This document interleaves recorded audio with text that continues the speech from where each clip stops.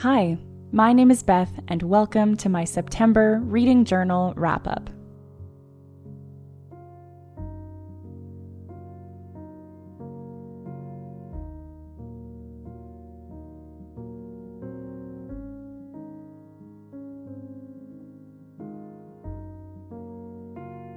September was both very short and very long. I've mentioned before that I'm enrolled in a master's program, and that officially started this month. I don't think it will come as a surprise to anyone to know that I'm doing my master's in English, but my undergrad degree was in communications, so this is slightly new for me. And I think the best way to describe it so far is that it's a lot. So I've been experiencing different levels of stress this whole month. I knew it was going to be a lot of work, but now that I'm actually in it, the workload just feels very heavy. I've already had my share of productive days and tearful days. I finished my undergrad in December of last year, so it's been a little while since I've been in an academic space. I'm doing my best to relearn some schoolwork practices, and this effort has been made much easier with the help of today's sponsor, Skillshare. Skillshare is the largest online community for creatives.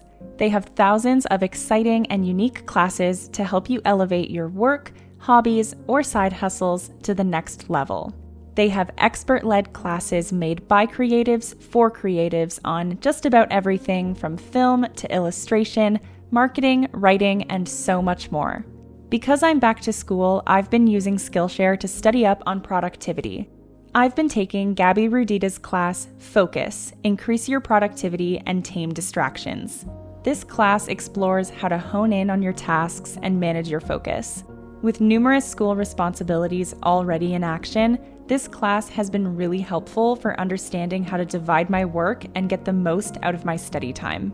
If you're interested in trying out Gabby's class or any of the available classes, the first 500 people to use my link in the description will receive a 1-month free trial of Skillshare.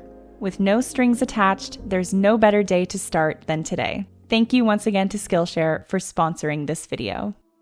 For my cover page, I didn't have any quotes from the books I read last month that I wanted to highlight, so I looked back at some quotes I took from other reads this year and found one from Howl's Moving Castle that I really liked, which says, "I think we ought to live happily ever after." I just thought this was really cute and embodied this story as a whole really well. I realized a little too late that I wrote out my text a bit bigger than I wanted it to be, and you can see as I go to glue September on that it's a little wider than the scrapbook paper, but I really liked how I wrote out the month, so I just decided to roll with it. But with the cover page complete, we can move on to my reads for the month. The first book I read in September was Hunger by Roxane Gay. I mentioned last month that I was taking a course on memoirs, and this is the first one that I'll be reading this term.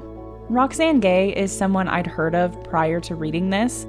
I knew she was a prominent figure in modern feminism, but I didn't know anything about her or her life beyond those efforts. Hunger recounts Roxane Gay's life, particularly focusing on her relationship with both food and her body. This memoir dives into some of the horrors that she experienced in her youth and how those events have impacted the way she moves about her life. There is an emphasis on the discriminations that plus-size people face, the journey through experiencing and surviving assault, and the misinformation created by outsiders on both topics. I won't lie, the content of this book was really difficult to read sometimes. I'm fortunate in my life right now that I can say I don't require content warnings for the literature I read. However, that doesn't mean that I'm completely desensitized to content, especially when dealing with nonfiction. Roxane Gay writes in such a way that is nondescript while also being very upfront and honest about her life. I can't even begin to imagine how difficult it must have been to put this book into words. It was explicit enough to make me really uncomfortable and angry while reading. And ultimately, I think her language helped my enjoyment of the book. And maybe enjoyment isn't quite the right word, so maybe appreciation is better. but I really think Roxane Gay was trying to get readers to rethink how they think about food, weight, assault, and life in general, and was really pushing this idea of not jumping to criticism unless you've walked in someone else's shoes. I think Roxane Gay did a great job at vocalizing a lot of the issues that she's faced in her life. The way in which she depicts her experiences really allows for a sense of relatability. So many people, regardless of their weight, struggle with body image, and I think she captures that feeling really well. She makes it clear from the beginning that this isn't a self-help book, it's a book about her experiences. It's a very vulnerable book, but I resonated with a lot of the things she was talking about, which is incredibly effective for letting people know that they aren't the only ones who struggle with these taboo things. I decided to not use a specific sticker sheet for this spread. I realized that it had been a while since I'd done that, and I'm always trying to make sure I use the materials I have. So I used some girl stickers and some brown washi stickers that I got from Amazon to decorate this page. I found Roxane Gay's writing style to be pretty accessible. The whole book is very snappy, so it makes for a fast read. I gave Hunger 4.5 stars. If you're interested in reading some nonfiction and are okay with some of the heavier topics being discussed, I would definitely recommend this book. The next book I read was And Then She Fell by Alicia Elliott.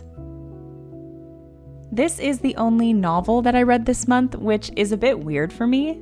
If you've watched any of my other reading journal videos, you'll know that I mostly read novels, but just due to the dates that I had to have these books read by, it meant that September was pretty nonfiction heavy. So it was nice to have this book in there as a change of scenery.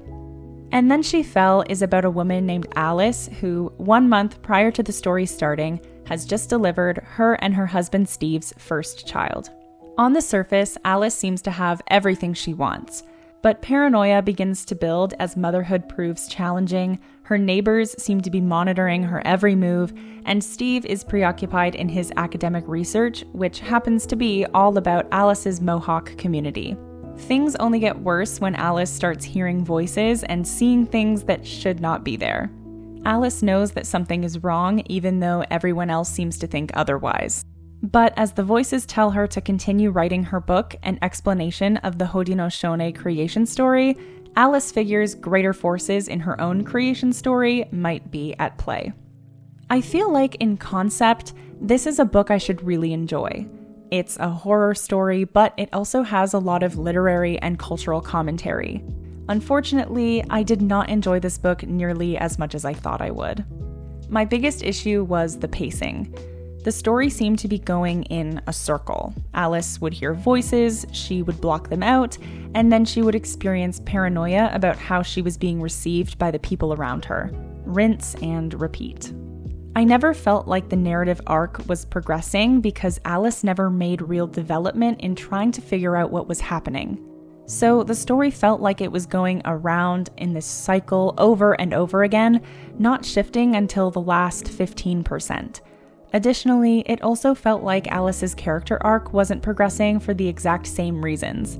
She was losing her sanity at an exponential rate, but otherwise, that was just Alice's life. I used a spring sticker sheet from Morin Kunst Shop on Etsy for this spread. It really does not reflect the vibe of this book, but I kinda like it. I paired those stickers with a skateboarding frog sticker from Her Fairy Shop on Etsy and a purple flower washi tape from Mary Gonasuli Art. I had been dying to use that frog sticker, so I was so happy to finally be able to use it. Like I said, this book partook in a number of different conversations. Motherhood, identity, grief. I liked seeing all these conversations play out, but I didn't necessarily latch on to any of them or any of the characters. Additionally, the ending of this novel felt so completely detached from the rest of the story. Yes, there are a few hints at certain events, but generally speaking, I don't see the connection. The story takes this very abrupt turn, and I just wish that it could have been referenced during the bulk of the story so it didn't seem so out of left field. I didn't necessarily love this book, but I think there's a lot of potential for other people to really love it. I gave And Then She Fell 2.5 stars. If you're looking for a spooky psychological book to read in October, this might be a really great selection. The third book I read was Inventory by Dion Brand. This book is a little different from the ones I would normally read because it's actually a poetry collection. Historically, I do not like poetry. I don't like reading it. I don't like writing it. I often feel like I'm not smart enough to appreciate poetry. I feel like I can recognize good poetry when I see it, but I don't necessarily get anything out of it because I often struggle to understand it. But when you're in school, you have to read what they tell you to read. Inventory is broken up into various sections, but it reads like one long poem. The collection attempts to answer the question, what would an inventory of the tumultuous early years of this new century have to account for? There's a lot of emphasis on violence, specifically mentioning the war in Afghanistan and Hurricane Katrina, among many other events, and Brand focuses her critique specifically on how these things are depicted and handled in North America. The stance this book takes on the early 21st century is that even though there will always be things that bring joy, war, death, and violence are also inevitable. I'm not very familiar with rating and reviewing poetry, so if anyone is an active poetry reader and you have some advice for how to critique poetry collections, please let me know. But for now, I don't think that I loved this collection. I found the beginning of it to be difficult to understand. It wasn't until about a quarter in that Brand's points started to take form. I do think she brought up a number of really important points about how media portrays violence and how viewers react to it. The book was published in 2006, but there are lots of things in it that are still relevant today. Especially with social media, it plays a big factor into how information is shared and how we react. I think it mirrors a lot of what Brand is referring to. However, I also think that by labeling the early 21st century as nothing but war and violence, it neglects a lot of the positivity and growth that the last 24 years have accomplished. This book feels a bit nihilistic, but we have made a lot of advancements in the world and seen a lot of change. Yes, it's important to hold the world accountable for its atrocities, but I also think it's important to remember the positive influence as well. You'll notice that I only decorated one half of this page. That is because I didn't really have too much to say about the collection. The book is pretty short and I didn't feel like I would be able to fill in 2 full pages, so I only used one side, but I will be reading another poetry collection in October, so I'll use the other half for that collection. But for this half, I used a honey lemon sticker sheet from Lollipop Studios on Etsy. I also used a honey sticker from the Aesthetic Studio and a sticker of a lemon jar by Marianne So on Etsy. All the washi tapes are from Hobby Lobby. Even though I'm not a big poetry reader, I decided to create a spread in my journal for this book anyway. I wasn't going to originally, but it's a book and I read it, so it counts. I gave Inventory 2 stars. I still don't think I'm a poetry person, but it's nice to try it out. The last book I read in September was Halfbreed by Maria Campbell. Halfbreed is a nonfiction account of Maria Campbell's childhood and early adult life. She is a Métis writer, which means that her family ancestry is both Indigenous and French. Because of this, Campbell documents the discrimination she experienced during the early years of her life from both white communities and other Indigenous communities. Due to various circumstances, Campbell describes her life as she's thrown into adulthood at too early an age, and how the numerous traumatic experiences and sacrifices she's had to make all contribute to her straining mental health. This was easily the most difficult book I read this month. Not because it was bad, but because the content of this book was really challenging to get through sometimes. Some of the things that Campbell experienced are so unimaginable and disheartening. And what makes it worse is that she was only 33 when this book was published. She already had a whole memoir of things to write about, and she was only in her early 30s. There were aspects of this book that reminded me a lot of Beloved by Toni Morrison. Specifically, there's one moment in Beloved where the main character, Setha, reveals that she did something horrific in her past, and in the present, she's finally coming face to face with it. I was so tense reading that section of Beloved because what Setha does is awful and you can't imagine someone doing that, but at the same time, you can understand to a degree why she did what she did. The contexts are slightly different, but there is a similar scene in Half-Breed, and I was brought right back to that same tension I experienced while reading Beloved. But this time, I had to keep reminding myself that this is a memoir. This isn't just a story that someone has fabricated. And the reminder of that made reading this book really challenging. Not necessarily because you disagree with Campbell's fragile and unstable mindset, but because it's terrifying to put yourself in her shoes. Grasping with her thought process is really scary, and knowing that she's a real person who went through this is so hard to wrap your head around. I will say though, while the event in Beloved ends in horror, Campbell was able to stop things from happening before it was too late. But it doesn't eliminate the horror that has already been established. I decorated this spread with a lavender sticker sheet from Mary Ann Sew. I also used a thank you card I received in an old Sibylline Maynette order. It had this little jester cat on it, and I thought it would go really well with the other cat sticker I had. Unfortunately, I do not know where I obtained that cat sticker from, but if I can find something similar, I'll link it below. All the washi tape and paper are from my local dollar store. I do want to take the time to highlight that even though this book was full of really sad things, I do think one of the main themes linked through the whole text is resilience. There are many responsibilities that Campbell takes on, such as getting married at 15 just to prove that she was legally capable of taking care of her siblings, that she performs with love. She has numerous conversations with her father about leaving school so she can take care of her family. She didn't want to abandon her education, but she knew that her family needed her. She also faces discrimination with defiance. She fights back for herself and her family. Maria Campbell's story is one of strength. I wouldn't necessarily say that this was my favorite nonfiction book ever, but I might argue that it's been one of the most important ones I've ever read.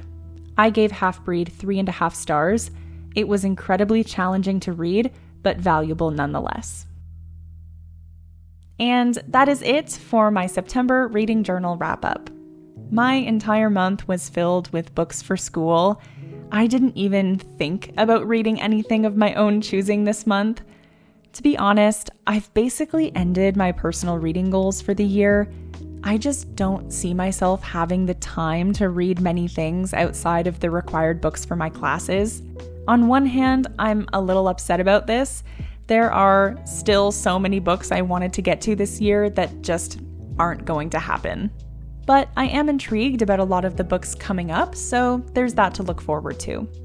I think I might be able to squeeze in 1 or 2 over the winter break, but that's still so far ahead, and I have many books to read through before we hit that point.